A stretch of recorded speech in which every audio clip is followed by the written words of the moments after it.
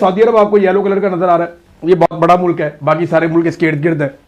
ये ऊपर आपको ईरान नजर आ रहा है, ये दो बड़े मुल्क यहाँ पे मौजूद हैं। पाकिस्तान के साथ ईरान है, आगे इराक है, ये सऊदी अरब है, यहाँ पे ये उर्दन है, ये पीछे ये वाला एरिया जो है ये है इसराइल, जहाँ पे सारी इसकी वजह से लड़ाई हो रही है। अमेरिका दुनिया के दूसरे कोने से आता है, आके यहाँ पे लड़ाई करता है। रीजन क्या है? ये जो एरिया ना सारा, ये यहाँ पे खजाना पड़ा हुआ है बेशुमार। सारे मुल्कों के पास बहुत सारे ऑयल और गैस के ज़खायर है वो यहाँ पे, और यहां से दुनिया का 20% से ज्यादा ऑयल एंड गैस निकलता है और निकल के पूरी दुनिया का काम चलाता है, और बड़े बड़े ज़खायर हैं, माने हुए दुनिया के ज़खायर हैं। तो पहले यहां पे अमेरिका ने अटैक किया था इराक पे, क्योंकि यहां पे बहुत सारे तेल के ज़खायर थे। फिर जनाब ये नीचे एक कुवैत है, कुवैत के साथ इराक की एक लड़ाई चलती रही बड़ा अरसा। ये कुवैत है जी, ये आपको नजर आ रहा होगा, ये कुवैत है। फिर इधर ये छोटा सा एरिया है, ये बहरीन है, और ये उससे थोड़ा सा बड़ा मुल्क है, ये कतर है, और ये उससे थोड़ा सा बड़ा मुल्क है, ये यूएई है जिसको आप दुबई कहते हैं। ये वो ममालिक हैं, और ये एक सऊदी अरब है बड़ा मुल्क, और ऊपर एक मुल्क ये है उर्दन। तो अगर आप इन मुल्कों को गिने तो एक UAE, Qatar, Bahrain, Kuwait, Saudi Arabia और उर्दन, ये ममालिक हैं जिनके ऊपर बमबारी का शिकवा किया जा रहा है कि ईरान ने इनके ऊपर बमबारी की है। अब सिचुएशन जहां पे फंसी हुई है वो तो आपको पता है। इस गल्फ में से, इस जगह से सारा का सारा तेल निकलता है, गैस निकलती है और पूरी दुनिया को जाती है। यानी पाकिस्तान को जो गैस और तेल जाता है वो यहां पे आ जाता है। ये मैं जरा इसको बिठा दूं 1 मिनट के लिए आपके लिए, ताकि ज्यादा आसानी हो जाए बाकी समझने में। ये जगह है जी, ये एरिया, यहां से जहाज चलते हैं, इधर आते हैं, इधर से ये है जी आबनाए हुर्मुज़, जहां से ये क्रॉस करते हैं और फिर ये मेन पानी में अरेबियन सी में दाखिल हो जाते हैं। यहां से चाहे पाकिस्तान चले जाएं, चाहे इंडिया चले जाएं, चाहे नीचे जापान चले जाएं, मालदीव चले जाएं, दुनिया के बाकी मुल्क इधर भी हैं, आगे जाके ऑस्ट्रेलिया भी आ जाता है। इधर चाहे ओमान और यमन के पास से ये आगे अफ्रीका है, और ये वो एक एरिया है जिसे कहते हैं, ये जो ब्लैक लकीर आपको अब नजर आ रही है, ये है बाब मंदब।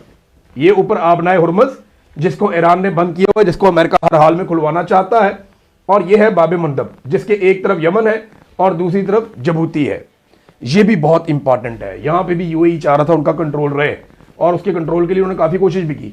अच्छा, ये रेड सी है, ये तो पर्शियन गल्फ है ना जिसके अंदर सारा खजाना है।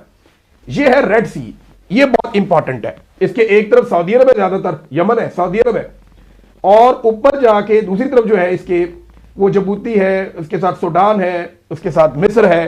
तो मिस्र ने यहां पे एक नहर निकाली थी बहुत पहले, ये बड़े मुल्कों ने इसको कॉपरेट किया था, तो यहां से एक नहर निकली थी। यहां से जो नहर निकाली गई थी इसको नहर स्वेज कहते हैं। तो स्वेज कैनाल से होता क्या है, यहां से सारा तेल और गैस इकट्ठा होता है, आबनाए हुर्मुज़ से गुजरता है, यहां से आता है, और यहां से बाब मंदब से गुजरता हुआ रेड सी से पूरा इस एरिया को क्रॉस करता है, और क्रॉस करके इसमें से गुजर के निकल जाता है, नहर स्वीज में से गुजर के निकल जाता है। और फिर जाता कहां पे है? ये पहुंच जाता है जनाब स्ट्रेट अवे यूरोप में। ये सारी यूरोपीय कंट्रीज हैं। ये जनाब तुर्की से शुरू हो जाता है, तुर्की है, सोफिया है, रोमानिया है, आगे ये इटली है, फ्रांस है, उधर स्पेन आ जाता है, ये स्पेन है, और ये ऊपर बाकी सारे मुल्क भी साथ साथ साथ साथ ये जर्मनी ऊपर आ जाता है, सारे ममालिक यहाँ पे हैं। तो इनको जो ऑयल एंड गैस मिलता है वो भी यहां से आता है। अब इनकी भी महंगाई बढ़ रही है, तो इसको खुलवाने की अमेरिका पूरी कोशिश कर रहा है, सर तोड़ कोशिश कर रहा है कि ये आबनाए हुर्मुज़ खुल जाए, क्योंकि ये सारा यहां ब्लॉक हो गया है, बेशुमार बहरी जहाज यहां पे खड़े हैं। तो इसको खुलवाने के लिए यहां पे ताकत इकट्ठी करनी पड़ेगी इस जगह पे। इस जगह को बाब मंदब को खुलवाने के लिए जो ताकत इकट्ठी करनी पड़ेगी वो यूएई के इस कॉर्नर पे इकट्ठी करनी पड़ेगी, ये इस एरिया में रियासुल खैमा में। यहां पे ताकत इकट्ठी करेंगे तो ईरान के साथ अमेरिकन लड़ पाएंगे। अब बहुत बड़ी तादाद में फौजी आ रहे हैं, अगर करना है तो ऐसे करना है। ये एरिया जो है यहां पे बिल्कुल छोटा सा, जहां मैंने ये डॉट लगाया है, इस जगह को आप याद रखिएगा, बिल्कुल थोड़ा सा चंद किलोमीटर के फासले के ऊपर ही ईरान के करीब यहां पे खारक नाम का जजीरा है, जहां से ईरान अपना सारा का सारा तेल एक्सपोर्ट करता है। अमेरिका के 2 चीजों पे फोकस है, एक वो ये कहता है कि वो इस जजीरे पे कब्जा करेंगे, नंबर 1। दूसरा वो ये कहता है कि वो इस बाब मंदब को खुलवाएंगे जबरदस्ती, ईरान खुद ही खोल दे वरना जजीरे पे कब्जा भी करेंगे, इसको भी खुलवाएंगे। ईरान ने वार्निंग जारी की है कि अगर इस जजीरे पे कब्जा किया गया तो वो फौरी तौर पे 2 जगहों पे बड़ा भरपूर अटैक करेंगे, और अगर ये जबरदस्ती लड़ाई की गई तो।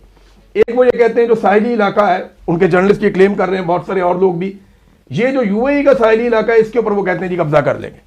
और दूसरा वो ये दावा करते हैं कि अगर इसके ऊपर अटैक किया गया तो यहां पे जितने भी ऑयल एंड गैस के ज़खायर हैं उन सब के ऊपर भी अटैक किया जाएगा। मैं उम्मीद करता हूं थोड़ा नक्शे के जरिए से हमें आसानी से समझ आ रही होगी। मैं भी नया हूं इसमें, आहिस्ता आहिस्ता मैं बेहतर हो जाऊंगा और ज्यादा बेहतर अंदाज में हम इसको समझ पाएंगे। जी नाज़रीन, मैं उम्मीद करता हूं कि आहिस्ता आहिस्ता हम इसको ज्यादा बेहतर कर लेंगे, हम सीख लेंगे और ज्यादा बेहतर अंदाज में समझ पाएंगे। ये मेरे लिए नया गैजेट है। तो बोर्ड ऑफ पीस नाज़रीन, आखिर में जाते जाते बोर्ड ऑफ पीस की जानिब से हमास को एक मुसव्वदा पेश किया गया है जिसमें 5 मराहिल में गज़ा को असलहे से बिल्कुल खाली कर दिया जाएगा और ये 8 महीने के अंदर पूरी कार्रवाई डाली जाएगी और इसराइल और उनके शहरियों के पास असला मौजूद रहेगा, लेकिन फ़लस्तीनियों के पास किसी किस्म का कोई असला छोटा बड़ा मौजूद नहीं होगा। अब हमास ने इस मनसूबे को तबाहकुन करार दिया है। उन्होंने कहा जी हम तो इसकी मुखालफत करेंगे। फ़लस्तीनी एक मकबूजा कौम है जो मज़ामत का जायज़ हक रखते हैं। अब बोर्ड ऑफ पीस में पाकिस्तान भी है, इसराइल भी है। तो सवाल ये पैदा होता है कि क्या पाकिस्तान इसराइल से पूछेगा या अमेरिका से पूछेगा कि जनाब ये किस किस्म के मुतालबात हैं? आपने तो कहा था कि चीज़ें मिल बैठ के तय होंगी, तो ये तो आपने मुसल्लत कर दिया सारा कुछ। और एक और अजीबोगरीब खबर चल रही है इंटरनेशनल मीडिया में, पाकिस्तान उसकी भी तरदीद नहीं कर रहा। खबर ये चल रही है इसराइल टुक ईरान इराकची एंड कालीबाफ, ये जो स्पीकर है कालीबाफ और इराकची जो वज़ीर ख़ारजा हैं, ईरान ने उनके नाम निकाल दिए हिट लिस्ट में से पाकिस्तान की रिक्वेस्ट के ऊपर। और ये पाकिस्तानी सोर्सेज कह रहे हैं और आलमी मीडिया में छप रहा है। आप अंदाज़ा करें, पाकिस्तान इसराइल को तस्लीम ही नहीं करता तो पाकिस्तान इसराइल से कोई मुआहदा कैसे कर सकता है, कोई बात कैसे कर सकता है, कोई रिक्वेस्ट कैसे कर सकता है? भैया आप जिसको मानते ही नहीं है आप उससे रिक्वेस्ट कैसे कर सकते हैं? तो पाकिस्तानी सोर्सेज ने खबर दे दी, आलमी मीडिया में छप भी गई कि जनाब हमने इसराइल से कह के कुछ ईरानियों के नाम निकलवा दिए हिट लिस्ट के अंदर से, और वो कह रहे हैं जनाब हम तो उनको तस्लीम ही नहीं करते। ये कौम को बेवकूफ़ बना रहे हैं। ये रल मिलके वो काम कर चुके हैं जिससे कायदे आज़म मोहम्मद अली जिन्ना ने मना किया था। अब सिर्फ इन्होंने ऐलान करना है। सऊदी अरब आपको येलो कलर का नजर आ रहा है, ये बहुत बड़ा मुल्क है, बाकी सारे मुल्क इसके इर्द गिर्द है। ये ऊपर आपको ईरान नजर आ रहा है। ये 2 बड़े मुल्क यहाँ पे मौजूद हैं। पाकिस्तान के साथ ईरान है, आगे इराक है, ये सऊदी अरब है, यहाँ पे ये उर्दन है, ये पीछे ये वाला एरिया जो है ये है इसराइल, जहाँ पे सारी इसकी वजह से लड़ाई हो रही है। अब अमेरिका दुनिया के दूसरे कोने से आता है, आके यहाँ पे लड़ाई करता है। रीजन क्या है? ये जो एरिया ना सारा, ये यहाँ पे खजाना पड़ा हुआ है बेशुमार।